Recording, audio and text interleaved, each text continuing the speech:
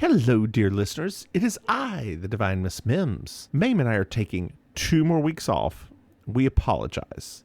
But we did record something very special for you. A review of the holiday classic, A Muppet Christmas Carol. Listen and enjoy, and I hope you all have a Happy New Year. See you next week. Last time on Mims and Maim. I'm in chains. Baby, baby, I'm in chains.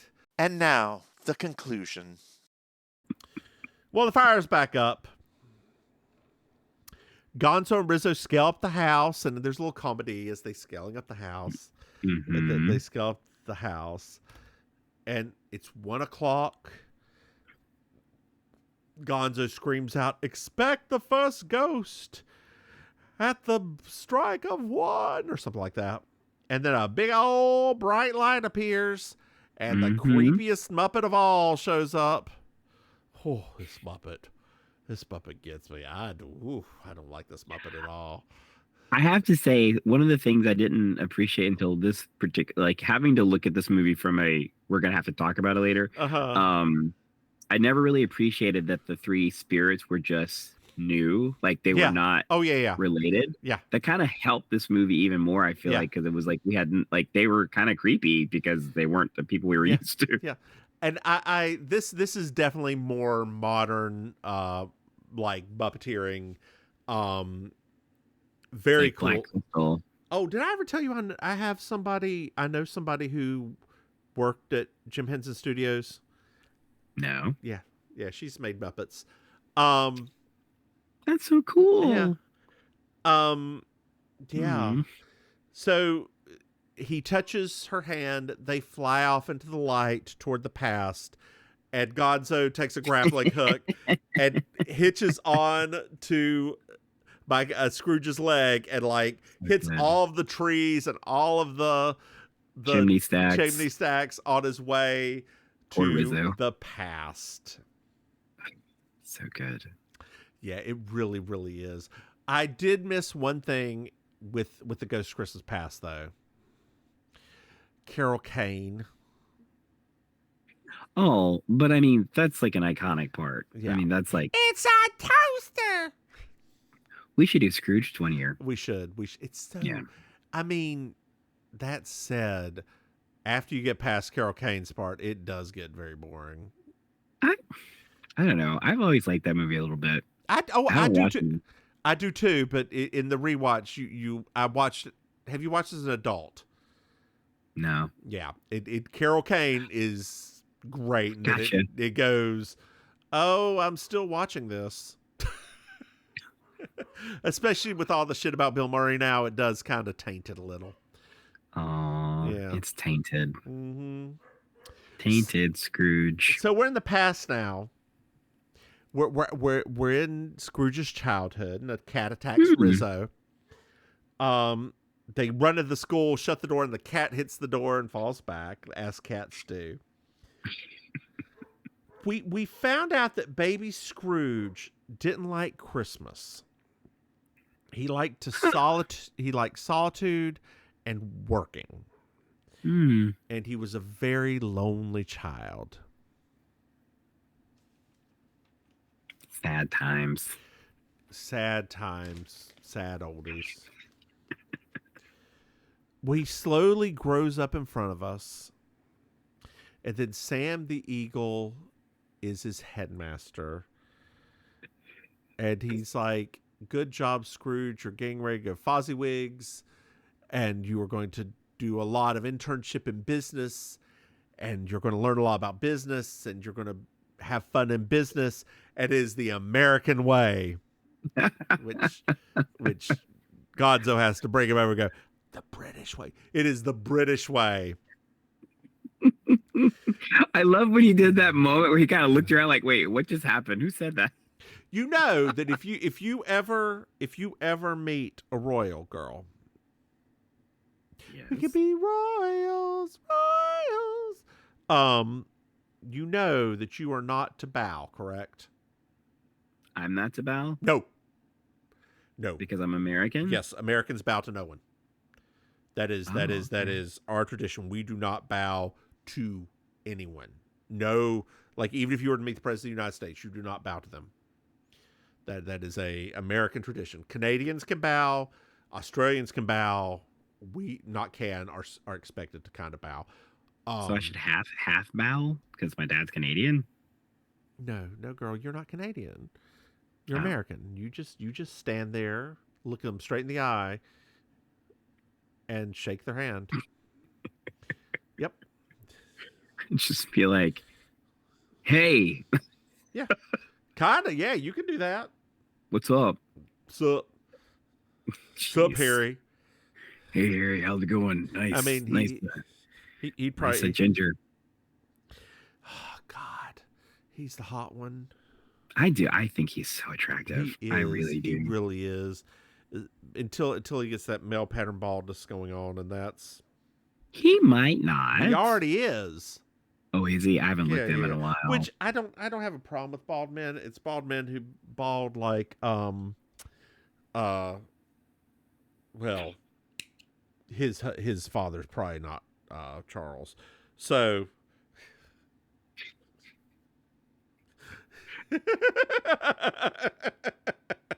tell me I'm lying. I'm not saying a word. Otherwise, who's supposedly his father?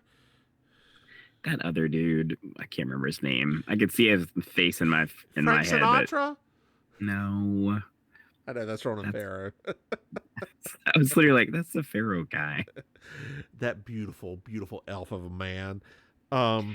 He does look like a Lord of the Rings elf. It's crazy. Yeah. Do you think he's attractive? Yes. Okay. Yeah. So we're now a little bit more in the future of the past future.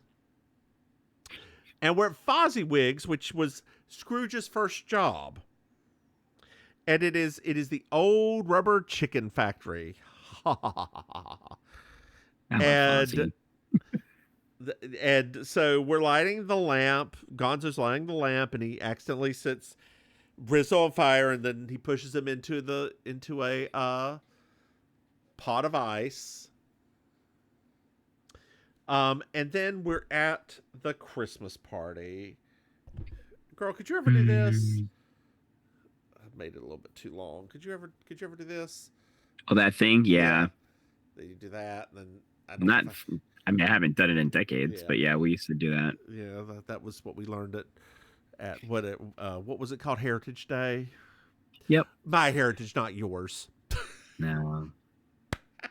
We never had that day. Never. Well, girl, they did put a slave house out behind the thing at the Heritage Day site. They I wonder if they probably shouldn't they? That's complicated. That right there, complicated. Mm-hmm. Anyway, dear listeners, that was a tangent that I'm not going to go back on. So we're at Fozziwig's Christmas party, girl, and the Marleys are there too, up in the corner, and Statler looks like Sonny Bono. Did you notice that with that black hair and the mustache? Yeah. Yes. Yes, I did. Animal's over there playing the cymbal. With his eyes like half closed every single time. I also stand Animal as being one as a good Muppet to have as a favorite. I also stand Janice as being a good one to have. Oh God, Janice is probably the most underrated one. Icon. Dear listeners, if you don't know Janice, she's the hippie one with her eyes halfway closed. She's always a Muppet, or the hospital sketches. Did that show ever come out? I didn't know that they had been working on like the Electric Mayhem group having our own TV show. Yeah, they didn't. Oh. Yeah. I also like Rolf is another good one to have as your favorite. Oh, Rolf. I think Rolf was like my favorite for a while because of Muppet Babies. Like he was just so so cute in that time period. So yeah. Babies. Yeah. I loved him. Dreams dreams come true. Muppet Babies. Yeah.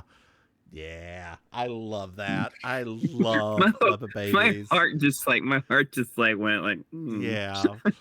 Yeah. Scooter and Skeeter. Yeah. That's true. That is one person who's missing from this. Scooter's not in this movie. No, he's not. That's fine. Scooter didn't show up in some of these things more than the other characters. Yeah, because he's not that funny. He was kind of the straight guy. Yeah, exactly. And you got your straight guy in Michael Caine. Yeah. So Scrooge shows Fozziwig the financials, and he's like, "This is Christmas. Get out of my way." And then Fozziwig introduced him to Belle, this beautiful young woman. Beautiful young woman. So now we're a little bit later, and we're walking through a park, and this is a deleted scene. This is a scene that Maim did not watch. I didn't. I'm sorry. It's okay. And we're sitting on a park bench, and there's young Scrooge and Belle. And Scrooge puts off his marriage for another year because he doesn't have enough money saved. And he's thinking about money. He's like, I'm doing it all for you. And he says, I love you, Belle. And she said, you did once. And we get to a song called The Love Is Gone. And it is her singing at him, breaking up. And Michael Caine, at the very end of this number, joins in behind her, and is bawling, singing the low part while this young woman is singing the high part. It is... So when I first watched this again, as an adult, I watched Disney did not have this version out. And I was like, there's something missing. I remember there being another song in my childhood. What is missing? What is missing? And I Googled it, and it was this, and Disney refused to put it out until it got to Disney Plus, and they were like, fine. But it to me, it makes the movie.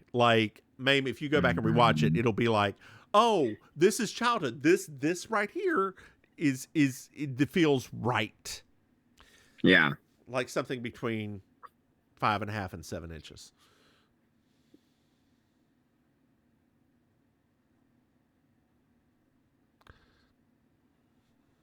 I'm talking about sandwich.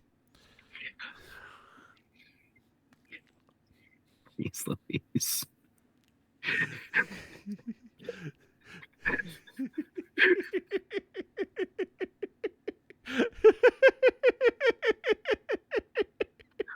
That was good. You got me. That was a good one. Thank you. So Scrooge says, Spirit, I can bear no more. Take me home. And he's back at home.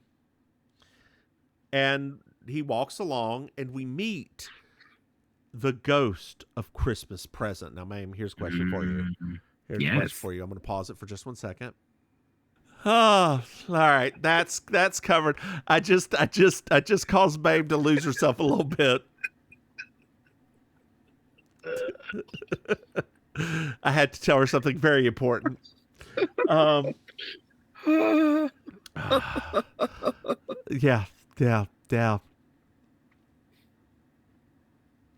Maim's still there. There we go. I'm here. Okay. Oh, that was too much for me. You're welcome. So we meet the ghost of Christmas. Well, it's true, Maim. It's true. I'm not saying that it's not true. Is it true for you too? Is it true for you too? I hadn't even thought about it. I don't know. Maybe. I don't know. I just don't know anymore. I didn't keep record for the last 20 years. Is that when they finally fell? Anyway, we're back at home. And the ghost of Christmas Present's there. He's very forgetful and very gregarious. Yes. And I love his design. He is there's a room full of food. He's like bearded and a giant, and like he looks like Dionysus or what of like a Greek god of plenty. Like it's super nice. And I probably, if he were a real man. Yes, I know. Yeah, I know. Hey, would you? No. Why not? He's white.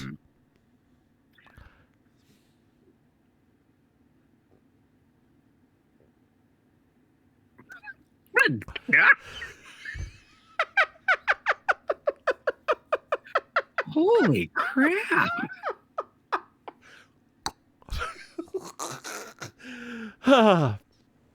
You're welcome, Maim. I didn't thank you. I have yet to do that on this podcast. Oh, God. Well, it's Christmas Day, and he only lives for a day, basically, and he's had 1,800 of his brothers have gone before him. Yep. So we're walking along, and then we see the babies chorus, which are usually just, heads, and they're singing. It's hilarious, and they still get bonked to the head. Still. And we have a song that feels like Christmas. Scrooge wishes to see his friends so that he may find some merriment and happiness in this day. Yes. So we go to Fred's house first, and they're playing a game called Yes and No. Oh my goodness, I love games at Christmas. I know. Is that a thing that people do? Apparently they did. Do you play games? In general, yeah. It's a wicked game we play. Somebody did that at karaoke recently. It was like the first time I'd heard somebody sing that song. They have to be good to sing it. They weren't. These wicked games. You have to do it a little like bit you said, else. they have to be. I'm like, that girl. Nobody has to be good at anything to do karaoke now. So that's true. What was I saying about these wicked games we play? Oh, do you like board games? Yeah. Okay. So I'm not the biggest board game fan. Oh, okay. I can play cards. I can gamble. I can do that. I like Monopoly, like the worst board game ever. Oh, the Game of Life. I love the Game of Life. Have you ever played the Game of Life on your phone? No. Hunty. You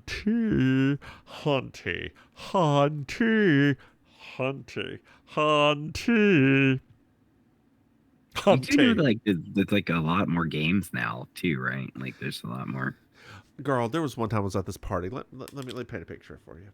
This one time I was at this party, and I did not know many people there, and it was my husband's friends. So I was sitting down and I was drinking, and some people thought they were going to be very nice and like invite me to play a board game. Like, great, great. I'm gonna be stuck here playing this game with these assholes. So I'm like, okay. Now, my husband was not friends with these particular people who sat down to talk to me. Okay, let me be very clear on this. They were not in the friend group. I love these people. These were not in this friend group with their one pizza they decided to bring for a pizza party. Anyway, so we played this game, a very long game, because although I do not particularly care for board games, I am very competitive. Yes, I know. And it was a game of like, you build the railroads and you move the shit to the places, and I don't know what it was called. It was a German complicated ass board game. Hour and a half later, I did lose that game just because I was so over it. Oh no. It was one of those games I was like, oh no, I need to tap out of this because I just need to lose everything. But girl, it took me 45 minutes of the game to lose everything enough to lose. Because, they wouldn't just let you leave because board game people are board game people. And they want you to stay and finish it. Good. You've got to wait till you're out. You can't just give it up. Okay, fine. I do like Werewolf. Werewolf's a pretty fun game. Werewolf is a super fun game. But I like the one night only. One night only. It's all I have to give. Thank you, Beyonce. Thank you for that moment, honey. How did you know I was doing Beyonce's version? I just could tell from the pauses. It's because I don't have the best voice in the movie. That too. So, they play Yes or No, and what is an unwanted creature that's not a mouse or a cockroach? It's Ebenezer Scrooge. And Ebenezer's like, can we peace? So they go to the Cratchits. And we see Miss Piggy as Mrs. Cratchit. Yes. And she's baking a goose. Rizzo falls through the chimney as he smelled the goose and like gets on top of the goose and it's like hot feet, hot feet, hot feet, hot feet, hot feet as it's being spun. Bob and Tiny Tim, who's played by Robin Frog, are on their way home. Oh, they're singing a little song. And then it's cute too. It's cute. They get home, the goose is on the table, and Tiny Tim gets very excited and goes, the goose. And he starts hacking up a lung. Consumption junction. I Googled what Tiny Tim was thought to have. Oh, okay. And one of the things he was thought to have is something I did not even know existed. Okay. Spinal tuberculosis. What? Yes, apparently that's a thing. What? Yes. An infection so bad it goes to your spine. Like literally, sometimes I think to myself, this world just wants us to all die. It does. It does. It just wants us to die. We're just a virus and it wants us gone. Well, so they all get around the table and Bob gives cheers to Scrooge. And Miss Piggy's like, or Mrs. Cratch is like, I don't know why you're giving any kind of cheers to him. The whatever, he's the worst ever. And blah, blah, blah, blah, blah, blah. If I had him here, I'd give him a piece of my mind. She was not having it. And Bob was like, the children. It's like, fine.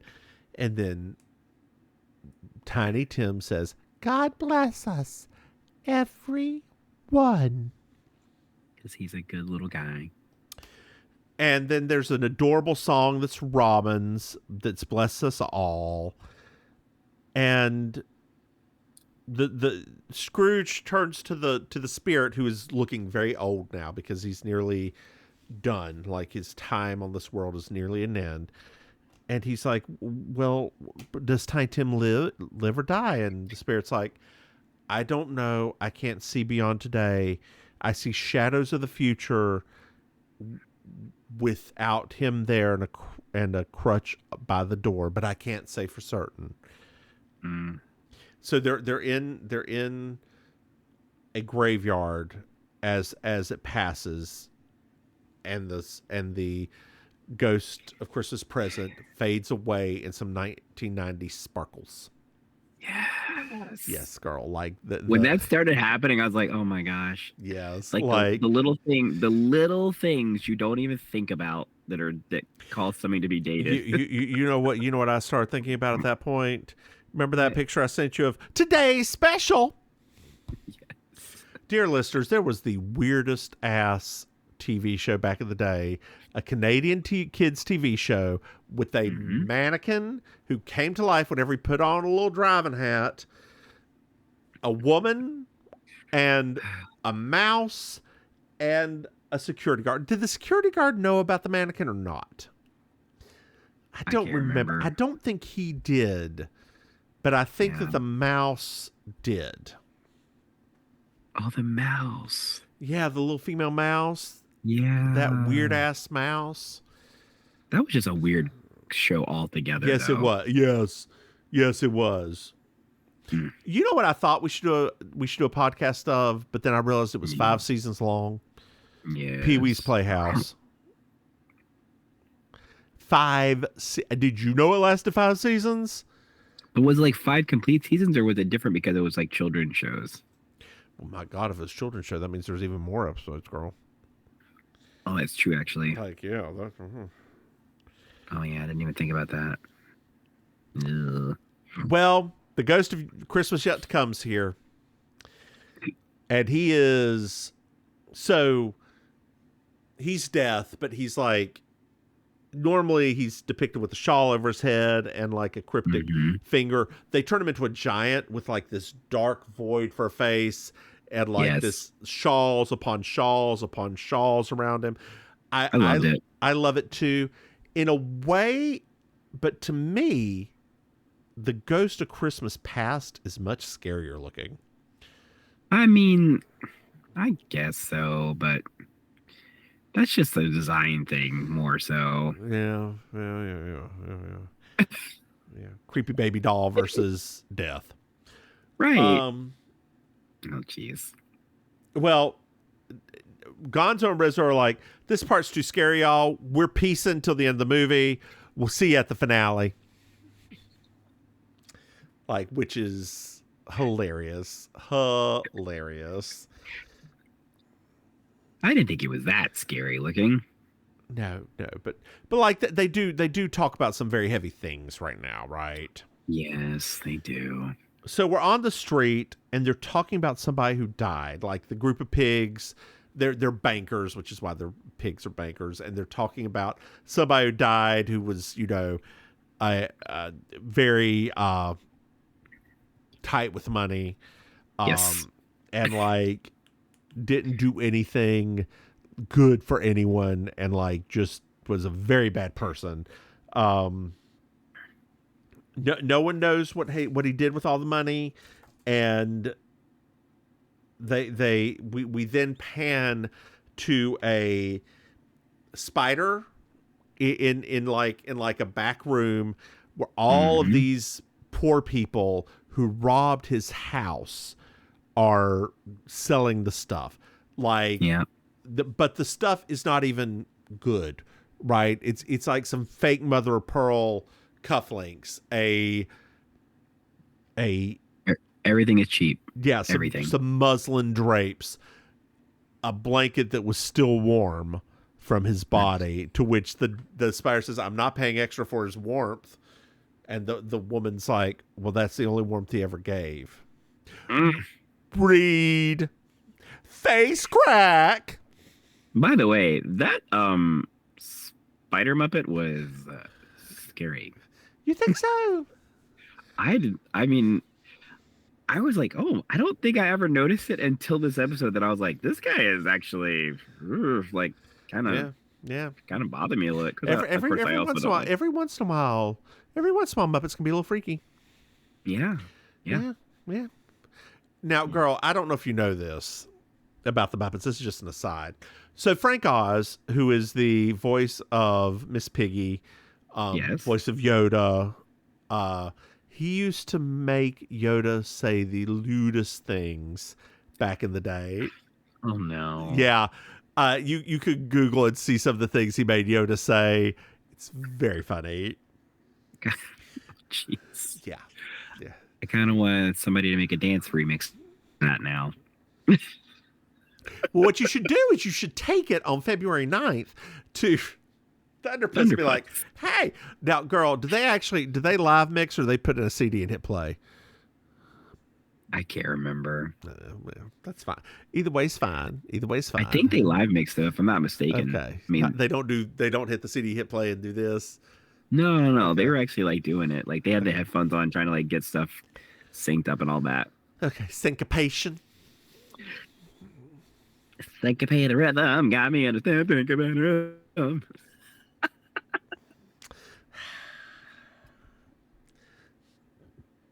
So we're at the Cratchits now, and they're inside, and everybody's very sad. Miss Piggy's crying into her stew, because Tiny Tim is dead.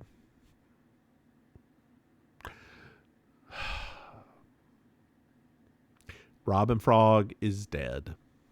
Yeah. They put him in a grave that overlooks the ducks in the pond, because that's where he liked to sit and watch ducks in the pond. It's very, very sad. Like, this part is very, very sad. Let us be very clear here. In the history of all of the Muppet stuff that we've ever watched, this is the most emotionally raw Kermit and Miss Piggy have ever been. Oh, ever. And it didn't even come off as like Muppets. Like, they were like, the voice actors were emoting properly and everything. Yes. It was a lot. Yes.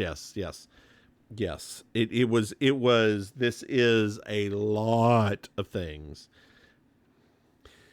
So we're at the graveyard again, and Scrooge is like, I already know the answer, but whose grave was it they were talking about? And the Ghost of Christmas Future points at the gravestone for him to go, and he's like, well, but before I go, can I still change it? Is there time to change? There's always time to change. The ghost just points, and he looks at the gravestone, wipes it off, and it's his name. Mm-hmm. He starts crying and says he will make amends and treat every day like Christmas and live the truth. One thing I do like about the scene, in a lot of other versions of this, he falls into the grave, or he like falls into an abyss or something like that, and it's very horror. To me, the horror of this is not this, right? It's the they focus on the depression, not the horror. The horror's all at the Marley's point, and they drop it right then and just go to the sadness element, which I like. I find that more effective personally, but that's me.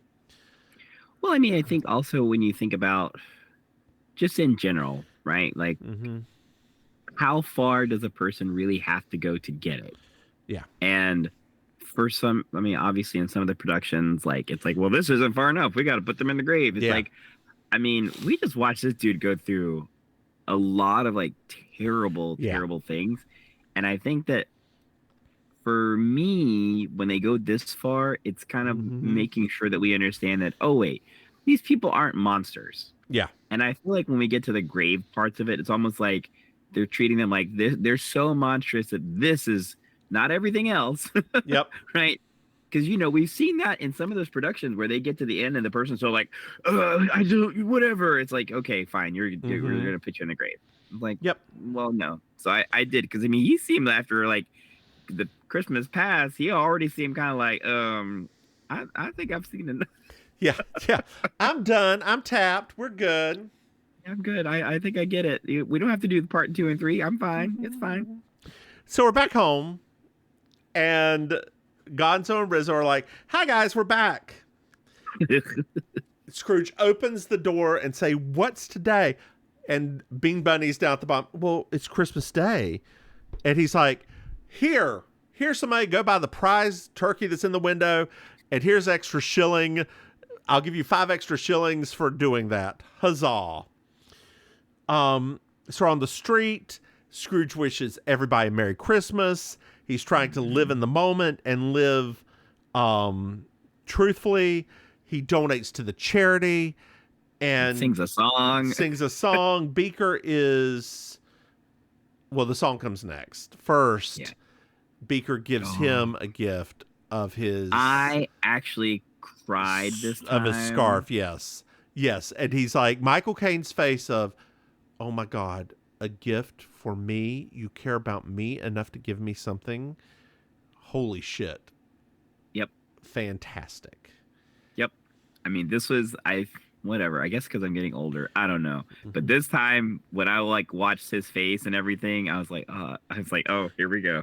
So Scrooge's song's A Thankful Heart. And like, we're panning around different places. Scrooge gets more and more people as he goes along. To follow him, he goes to Fred's. He gives him some gifts. Hugs. He goes to the Cratchits, and he like shoos everybody away, bangs on the door, and says, "Bob Cratchit, why weren't you at work today?" And like Miss Piggy comes out to read him. He's like, well, I'm going to give you a raise and pay for your mortgage. And he's like, what? He's like, well, do you mind if we come in with some food and like all of us celebrate? And he brings in a burden, which is a full uncooked turkey.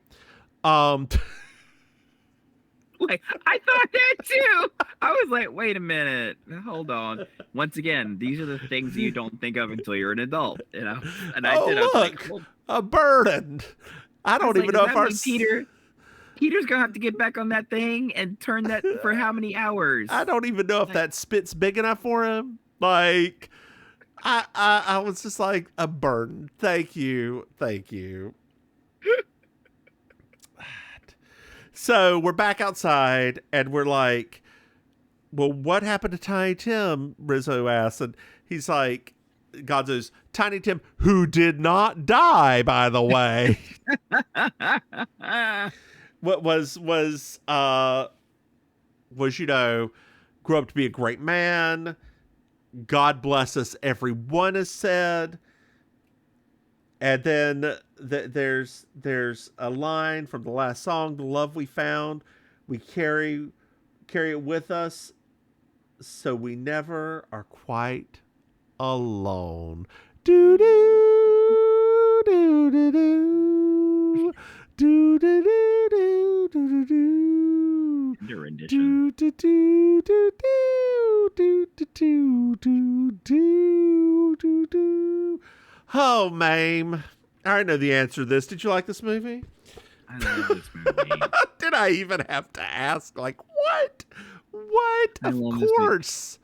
There's something about, I don't know why it was this time watching it. It was just it's a really wonderful movie. Like, it is wonderful movie. It is. Yeah, I don't know. Maybe because like we just recently like saw Michael Caine kind of like walking around and he's super old now. Like recently, that it's all just kind of having that feeling like, man, just there's a time capsule of not just like this, but just that time period of the 90s as well. Mm-hmm. Did you ever watch Secondhand Lions? Secondhand Lions? No. It is Michael Caine, somebody else I can't remember, and Haley Joel Osment, where he's a teenager and he's like finding these old men who flew this who there's tall tales about as fighter pilots in World War One. It's actually a very good movie. I thoroughly enjoyed it, but watch it be trash now. But I enjoyed it back in the day. Yeah, I mean, I'll watch it. Well, Maim, why don't you tell our dear listeners where they can find you? I wouldn't do the full spiel because remember, things can change over time. So just say I'm your Auntie Maims and give them the website is what I would do. Why don't you just do that for me since you just basically did half of it already? Nah, it's better in your voice. Yep. Hey, everybody, it's your Auntie Maim, your favorite relation. If you want to catch me in any of my little locales that I like to do, just go visit I'mYourAuntieMaim.com. How about you, Mims? Hey, y'all. I'm the Divine Miss Mims. You can find me online at thedivinemissmims.com. Hey, Maim. Yep. Did you know that we have a podcast? What? That's right. You can... No, wait. I got it backwards. Hey, Maim. Did you know that we have a Patreon? That's right, Maim. If you go to patreon.com, Mims and Maim, you can throw somebody, hey, Maim, did you know that we have podcasts? That's right. We have Baking Sugar, our Designing Women podcast. You Slay Me, our Murder, She Wrote podcast. And we have Over the Moon, our Moonlighting podcast. And who knows, we may have more at this point. You can go to mimsandmaim.com and find it all out. And Maim, you know what else is on mimsandmaim.com? We have merchandise. That's right, Maim. If you go to mimsandmaim.com, you could buy something. Hey, Maim. Yes. Yeah, there we go. Sorry, I had a spiel and I had to keep going. Otherwise, I'd lose it. You know, once I start, can't stop. Hey, Maim. Yep. Do you know what I love? You love a 5-star review. Maim, I fucking love a 5-star review. Dear listeners, if you want to leave this 5-star review, it would mean a lot to me. It would mean a lot to her. It would mean a lot to the children. Yes. those children. Those children. Hey, Maim, did you know? Did you know? As I'm looking it up, that our dear listeners, Why don't you put that on a Post-it note? Which thing? Because I don't want to. Hey, Maim. Every time we do it, I'll just lose the fucking Post-it note, Maim. Look at you wearing a sport attire. You're wearing something by Adidas. Oh, it's just the thing I found at like Marshall's for like $4, and I just sleep in it. It's a good color on you. That Thank orange is a good color. Thank you. Did you know our dear listeners can reach out and talk to us? Say what? That's right. They can send us an email at mimsandmaim@gmail.com or a text at 704-380-0618. Interesting. Hey, Maim, do you have anything else to add? No, just have a good holiday, everybody. Then why don't you say good night, Maim? And to all that are listening, good night, Maim. Bye, y'all, and happy holidays!